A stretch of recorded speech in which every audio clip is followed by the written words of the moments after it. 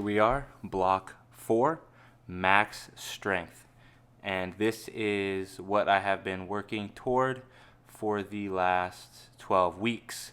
So what I'm going to show here is session 1 and session 2, which were my squat and overhead press workouts. And those are my max strength workouts. And then sessions 3 and sessions 4 are dynamic effort workouts where they're more based on moving fast and speed, where I utilize the Olympic lifts. So here I'm showing just my warm-up routine just to show that I spend quite a bit of time, especially if I know I'm going to be lifting high intensity, very heavy weights. I spend time making sure that my body's going to be prepared for that. And so in the future episodes, because I'm going to be maxing out for the next couple weeks, I'm only going to show the max. I'm going to show like my lifting. I'm not going to show the warm-ups, but I did this just so that you can see, how much I actually do before I put the bar on my back. So the breakdown of this workout is I'm basically just working up to at least 90% of my max lift. So something I'd like to say too is when I started this phase, I had projected my max to be like 280, or at least that's what my goal was. Actually, my goal was 280, and that was just based off of what it should be as a ratio of my the deadlift that I PR'd a few months back. So 280 was what I wanted to hit, and so that was just my goal. But the heaviest that I've lifted in the last year, actually it was more than a year ago, is I did a set of 250 for 2, and then the estimated max there was 265. Here you'll see this is a rep at 250, and something I want you to notice here, this 250, is in these next 2 reps how quickly the bar moves. Remember, no grinding reps. I mean, that's kind of my philosophy. So even though I'm up and this is 91% of my max that I want my goal to be, it's moving really quickly, and that's something that makes me happy. And honestly, as the bar gets heavier, I feel like I actually move it faster. And then the other thing is just talking about like how much of a skill it actually is to lift max effort. Let's take a look at this rep here.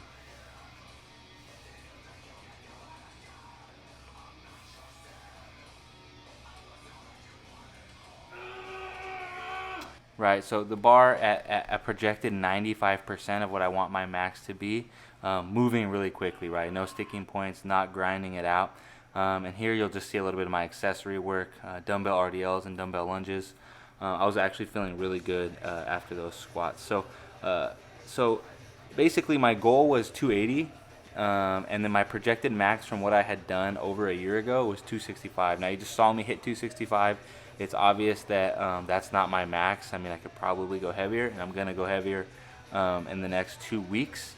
So that was really exciting. I mean, I'm just really saying that, again, my goal was 280, and I think even when I started this 16-week like phase of training that I've been filming, to me, I wasn't sure if I was going to be able to achieve 280, and then now I'm pretty confident that I'm going to be able to achieve at least that, if not more, and I'm going to do that, as hopefully in as a safe way as possible, because I never want to sacrifice hurting myself for my ego, or maxing out at some certain number, because for the longest time, for at least probably 5 years now, I've kind of avoided maxing out, and that's why when I PR'd on my deadlift, I guess it was about 3 months ago now, it just kind of got me excited, and I wanted to kind of use everything I've learned over the years and try to build my strength back in an appropriate manner, right? Like slow and steady, working off of submaximal training percentages, and then just every once in a while, you got to test your strength.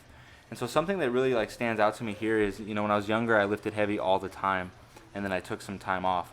And really what I've learned over the past, it's just been obvious, is that, when you're lifting heavy, like 1 reps, 2 reps, 3 reps, but especially 1, it's a skill in itself. Like squatting 1 rep is not the same as squatting 10 reps, and the way you have to prepare your body, and the way you have to brace your body, and just the weight, feeling the weight on your back, it's a totally different ball game than lifting high reps. So it's something that has to be practiced, and it's a skill in itself.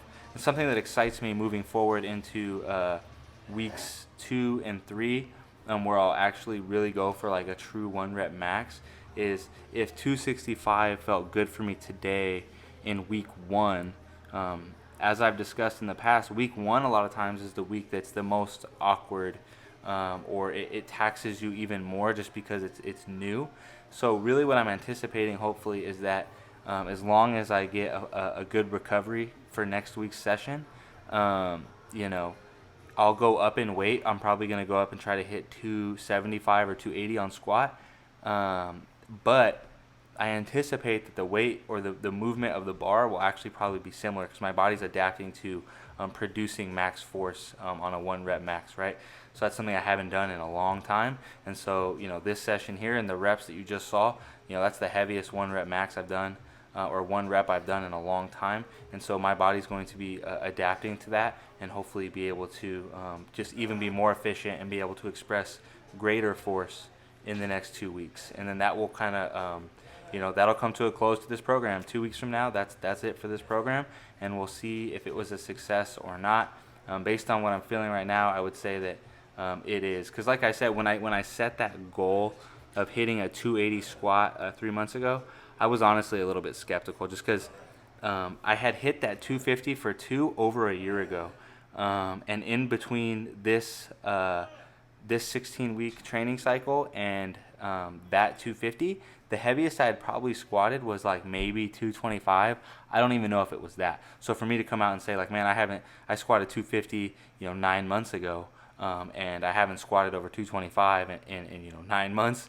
Like for me to say I'm gonna hit 280, that was a little bit, that was a lofty goal, but it was something that, again, based on a percentage of what my sorry for my dog, based on a percentage of what my deadlift max was, I felt like that was a good number. That was a number that I should be at, and I just wasn't sure if I was going to be able to get there.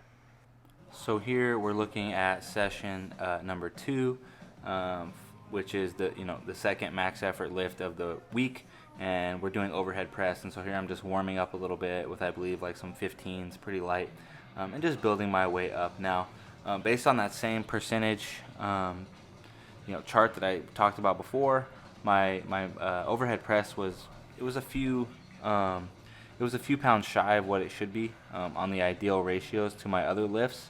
I hit 120 before, and it should be 125, so I'm hoping to at least hit over that. And the funny part is, like, my bench press, when you see that chart, is like far above what it should be. So that's why I haven't even really worried about the bench press when it comes to strength lately. I'm probably just going to keep adding it in as like a more of a bodybuilding style, like hypertrophy situation, where I'm really just trying to build my chest muscles versus like trying to build strength, because as much as right now it would probably be my strongest lift, in comparison to like my body weight, but I just don't care about it that much, to be honest. I'm like past that. Really what I want to focus on for the near future is, like, I think squat and overhead press is two really cool lifts to just continue to increase. I think it'd be cool to be able to, overhead press, strict press your body weight, and maybe obviously just the heavier you can squat, the better. I find it funny that, people always want to tell you how much they leg press. I've never cared one single time or been impressed by someone telling me how much they can leg press. I'm more interested in how much they can squat. Even if someone has a heavy bench or even a heavy deadlift, right? Like the deadlift is totally an ego lift where you're, like, it's pretty like straightforward. You're just picking up as much weight as possible, and obviously to me it's a much easier lift to get strong at. And to cheat too, like you can use bad technique and put yourself in compromising positions, and you could get like a pretty heavy number. But just because, like, if you deadlift a ton of weight, but then I see you deadlift and your back is completely like rounded, it makes me cringe, and I don't care that much. But when people have really heavy, beautiful, deep squats, I mean, that's something that is impressive to me. And so I'm just trying to get back to doing things like that, because to me the squat is the king of all lifts, as is commonly said, and I'm a total subscriber to that notion.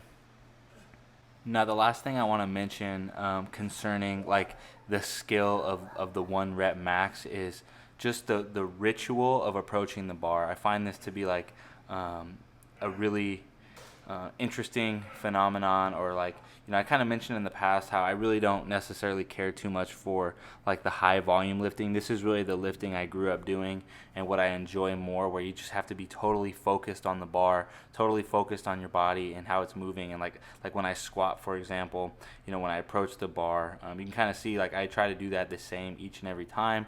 When I unrack the bar, I take my breath in. I try to brace my lats and my spine, keep it nice and straight. As I descend, I'm thinking about remaining balanced on my feet and keeping my knees out. And so just that ritual of lifting and bracing and becoming comfortable with being, crushed by a weight, and like the weight feeling so heavy on your shoulders, but then actually squatting it and understanding or having the confidence that your legs are plenty strong to lift the weight, even though it feels like it's super heavy on the back of your shoulders. So all that being said, it's a beautiful time when you've laid the groundwork and you're ready to lift heavy and you have confidence in the preparation you've put in. And I'm going to be able to really see what I'm capable of here in the next couple weeks. And so I'm really excited for that. So stay posted for the next couple episodes. They'll be shorter, like I said. I'm not going to show the warm-ups, and I probably won't even show the accessory work. But I do want you guys to just see how everything kind of shakes out with the program from the beginning to the end and what kind of results I got. So thank you all for listening. I appreciate y'all. Stay tuned for the next episode.